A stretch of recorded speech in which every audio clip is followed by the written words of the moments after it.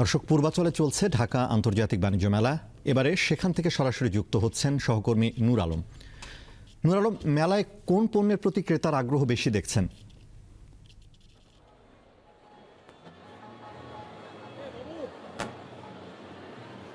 আরও আপনি জানেন যে আজকে ২৯তম ঢাকা আন্তর্জাতিক যে বাণিজ্য মেলা পূর্বাচলে অনুষ্ঠিত হচ্ছে, তার কিন্তু আজকে ১৮তম দিন। এবং আমরা যেহেতু আজকে সাপ্তাহিক ছুটির দিনে, সেক্ষেত্রে মেলা যে দর্শনার্থীরা যারা রয়েছেন তাদের কিন্তু একটু ভিড় যদি আপনি একটু দেখাই, সেক্ষেত্রে তো মোটামুটি ভালোই ভিড় জমেছে। এখন কিন্তু যেহেতু দুপুর ৩টা, সেহেতু লোকজন কিন্তু এখন আসা শুরু করেছে বিভিন্ন প্রান্ত থেকে। আপনি জানেন যে ঢাকা থেকে কিন্তু অদূরে যে পূর্বাচলে এবারে যে ২৯তম আন্তর্জাতিক ঢাকা আন্তর্জাতিক বাণিজ্য মেলা, সেক্ষেত্রে আমরা এখানে দেখেছি যে ইলেকট্রনিক্স যে পণ্য, আসলে আপনি জানেন যে ঘর সাজাতে কিন্তু যে আসবাবপত্র অন্যতম একটু অনুষঙ্গিক বিষয় হচ্ছে ইলেকট্রনিক্স পণ্য। আমরা সেই ইলেকট্রনিক্স পণ্যগুলোতে কিন্তু একটু এবার ভিড় আজকে একটু লক্ষণীয় ভিড় আছে। আপনি দেখতেই পাচ্ছেন বিভিন্ন যে শোরুমগুলো রয়েছে, অর্থাৎ ইলেকট্রনিক উৎপাদনকারী যে প্রতিষ্ঠানগুলো রয়েছে, সেখানে ক্রেতাদের দর্শনার্থীদের ভিড় রয়েছে। তবে আমরা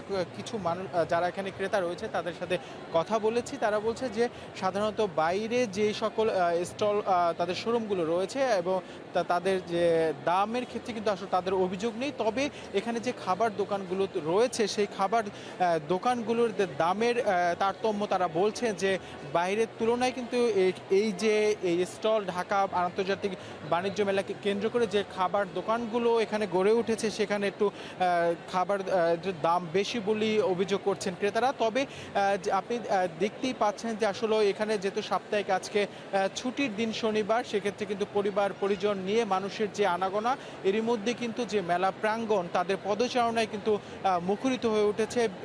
বিভিন্ন মানুষ কিন্তু ঢাকা থেকে, যেহেতু এটি ঢাকা থেকে বেশ দূরত্বে অবস্থিত, কিন্তু ঢাকা থেকেও কিন্তু পরিবার পরিজন নিয়েও মানুষ আসছেন এবং এখানকার যারা স্থানীয় রয়েছে তারাও কিন্তু আসছে। অর্থাৎ মানুষের মনে যে একটি এই মেলাকে কেন্দ্র করে কিন্তু আসলে সকল স্টলগুলো মানুষ ঘুরে দেখছেন, হয়তো বা কেউ পছন্দ হলে কিনে নিয়ে যাচ্ছেন।